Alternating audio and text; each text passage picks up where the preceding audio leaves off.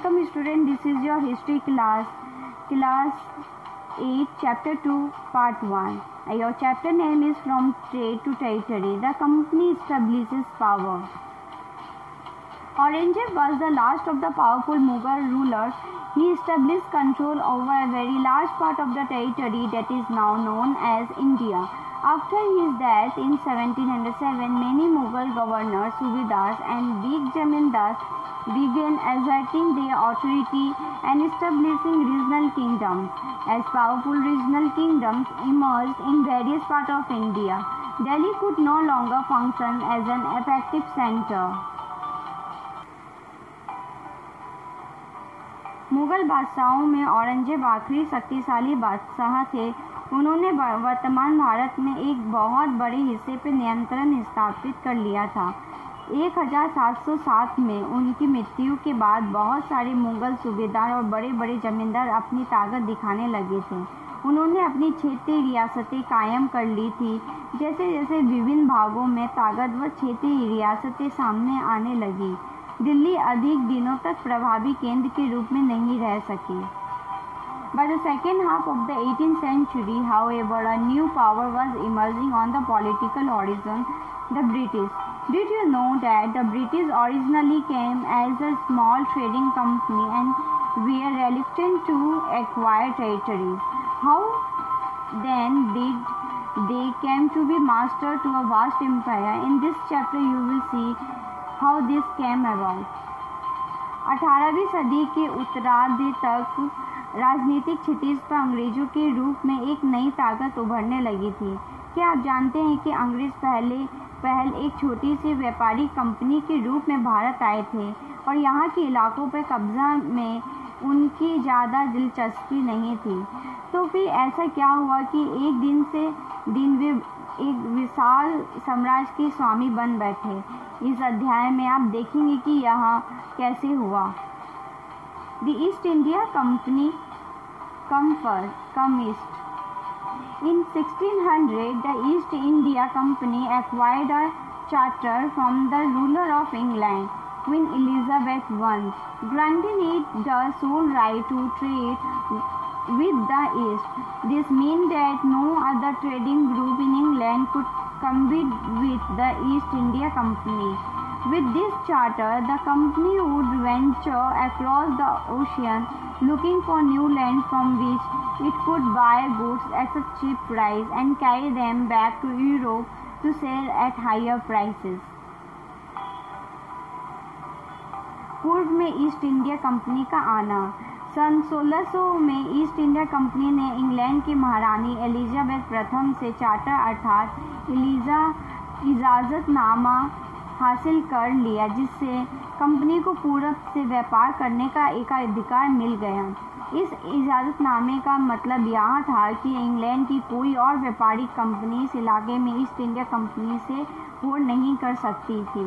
इस चार्टर के सहारे कंपनी समुद्र पार कर नए इलाकों को खगोल सकती थी। वहां से सस्ती कीमत पर चीज़ें खरीद कर उन्हें यूरोप में ऊंची कीमत पर बेच सकती थी। The company did not have to fear competition from other English trading companies. Merchantine trading companies in those days made profit primarily by excluding competition so that they could buy cheap and sell dear. Company को दूसरी अंग्रेज व्यापारिक company से प्रतिस्पर्धा का कोई भय नहीं था। उस जमाने में वाणिज्यिक कंपनियां मोटे तौर पर प्रतिस्पर्धा से बचकर ही मुनाफा कमा सकती थी। अगर कोई प्रतिस्पर्धा में ना हो तभी वे सस्ती चीज़ें खरीदकर उन्हें ज़्यादा कीमत पर बेच सकती थी। The Royal Charter, however, could not prevent other European power from entering the eastern market. By the time the first English ships sailed down the west coast of Africa, round the Cape of Good Hope and crossed the Indian Ocean, the Portuguese had already established their presence in the western coast of India and had their base in Goa. In fact, it was Vasco da Gama, a Portuguese explorer, who had discovered a sea route to India in 1498 By the early 17th century, the Dutch too were exploring the possibilities of trade in Indian Ocean. Soon the French trader arrived on the scene. लेकिन यहाँ शाही दस्तावेज दूसरी यूरोपीय ताकतों को पूरब के बाजारों में आने से नहीं रोक सकता था। जब तक इंग्लैंड के जहाज अफ्रीका के पश्चिम तट को छूते हुए कैप ऑफ गुड होप का चक्कर लगाकर हिंद महासागर पर पार करते, तब तक पुर्तगाली ने भारत के पश्चिमी तट पर अपनी उपस्थिति दर्ज करा दी थी। वे गोवा में अपना ठिकाना बना चुके थे। पुर्तगाल के खोजी यात्री वास्को दा गामा ने ही 1498 में पहली बार भारत तक पहुंचने के इस समुद्री मार्ग का पता लगाया था। 17वीं शताब्दी की शुरुआत तक डच भी हिंद महासागर में व्यापार की संभावनाएं तलाशने लगे थे। कुछ ही समय बाद फ्रांसीसी व्यापारी भी सामने आ गए। The problem was that all the companies were interested in buying the same thing. The fine qualities of cotton and silk produced in India had a big market in Europe. Pepper, cloves, cardamom and cinnamon too were in great demand. Competition amongst the European companies inevitably pushed up the prices at which these goods could be purchased, and this reduced the profit that could be earned. The only way the trading company would flourish was by eliminating rival competitors.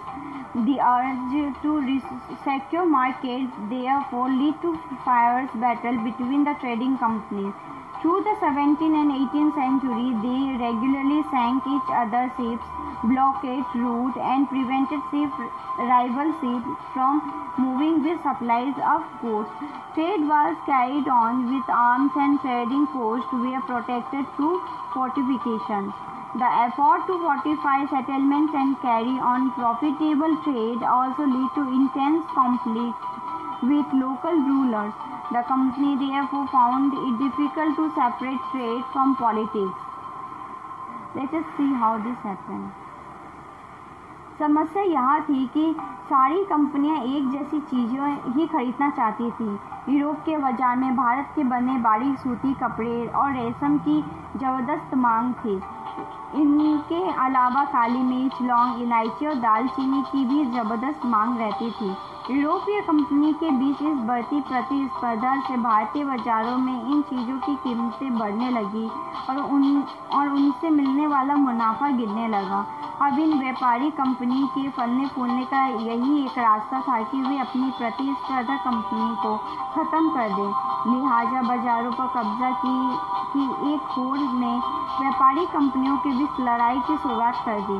17वीं और 18वीं सदी में जब भी मौका मिलता, कोई भी company किसी दूसरी कंपनी के जहाज डुबो देती, रास्ते में रुकवाते, खड़ी कर देती और माल के लदे जहाज़ों को आगे बढ़ने से रोक देते।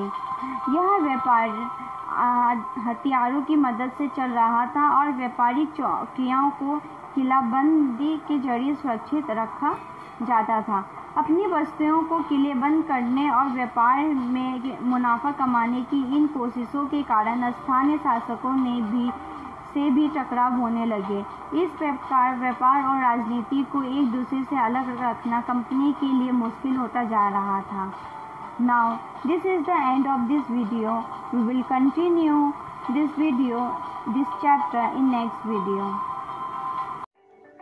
If you have any doubt, please let us know. We will try to clear your doubts in another video. अगर आपको कोई संदेह है तो कृपया करके हमें बताइए। हम अगले वीडियो में आपके संदेह को दूर करने का प्रयास करेंगे।